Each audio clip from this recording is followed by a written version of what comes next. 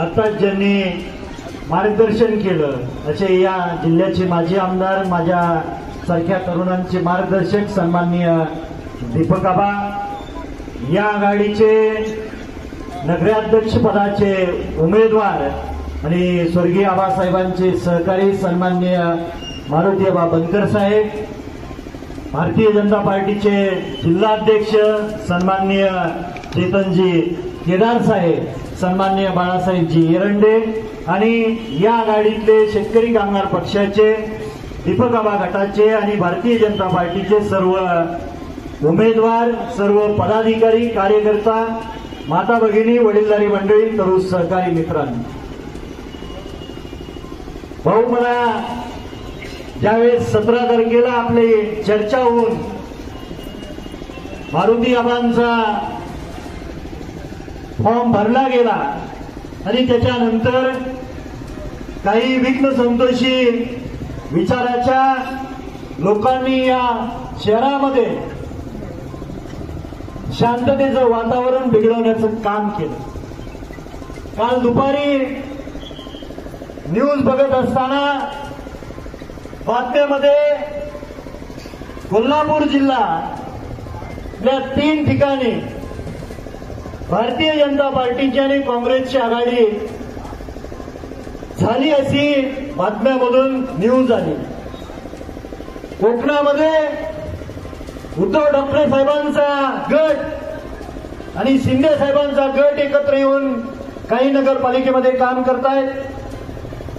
काही ठिकाणी अजितदादा गट आणि शरदचंद्रजी पवार साहेबांचा राष्ट्रवादी पक्ष एकत्रितपणे नगरपालिकेच्या निवडणुकींना सामोरे जात आहे आणि शहराच्या विकासासाठी शेतकरी कामगार पक्ष आणि भारतीय जनता पार्टी आणि दीपक आबा एकत्र आल्यानंतर जर कुणाला काही वाईट वाटत असेल तर त्यांना खुशाल वाईट वाटू द्या. आम्हाला फक्त विकासाचं काम करायचं आहे. आम्हाला कुणावरती टीका करायच्या नाहीत, कुणावरती कुणाचे चिमटे काढायचे नाहीत. या शहरामध्ये मागच्या 9 वर्षामध्ये काय कामं झाली, पहिली 5 वर्ष कुणाकडे सत्ता होती, काही काळ शेतकरी कामगार पक्ष सुद्धा त्या ठिकाणी सत्तेत होता आणि नंतरच्या 4 वर्षामध्ये प्रशासक आल्यानंतर कुणाच्या सांगण्यावरून या नगरपालिकेचा कार्यक्रम चालायचा हा तुम्हाला सर्वांना माहित आहे. मला त्याच्यावरती भाष्य करण्याचं काही कारण नाही. पण जात असताना शहरातल्या गल्लीबोळीतून चालत असताना आज प्रचार सभेचा नारे फोडल्यानंतर, ती आपली प्रभात फेरी आल्यानंतर गल्लीतून जाताना प्रत्येकाच्या नाकामध्ये धूळ गेलेली आपण पाहिलेली आहे. ही शहर विकास आघाडी या सांगोला शहराचा विकास करत असताना धूळमुक्त सांगोला शहर करण्यासाठी झालेली आहे. जिल्हाध्यक्षांनी बरंचसं काही सांगितलं, अध्यक्ष सर्व सहमतीनं झालेलं आहे. काही गोष्टी या काही कालांतराने जनतेसमोर मांडायच्या असतात. निश्चितपणे या शहरामध्ये बऱ्याचशा ठिकाणी भूमिगत गटारीचं काम अपुरं आहे आणि त्या कामाच्या निमित्ताने शहरातले अंतर्गत रस्ते खोदलेले आहेत.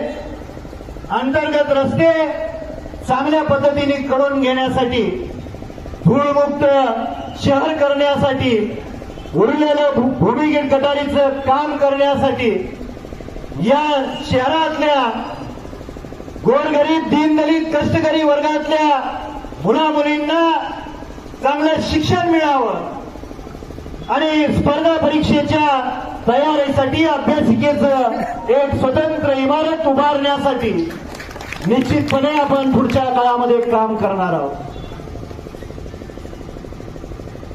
अहिल्यादेवींचा पूर्णाकृती पुतळा, महात्मा ज्योतिबा फुलेंचा आणि सावित्रीबाईंचा पूर्णाकृती पुतळा, लोकशाहीर अण्णाभाऊ साठेंचा पूर्णाकृती पुतळा, नरवीर उमाजी नाईकांचा पुतळा, लोणारी समाजाचे दादरे साहेबांचं स्मारक आणि इतर महापुरुषांच्या स्मारकांसाठी ही विकास आघाडी केलेली आहे.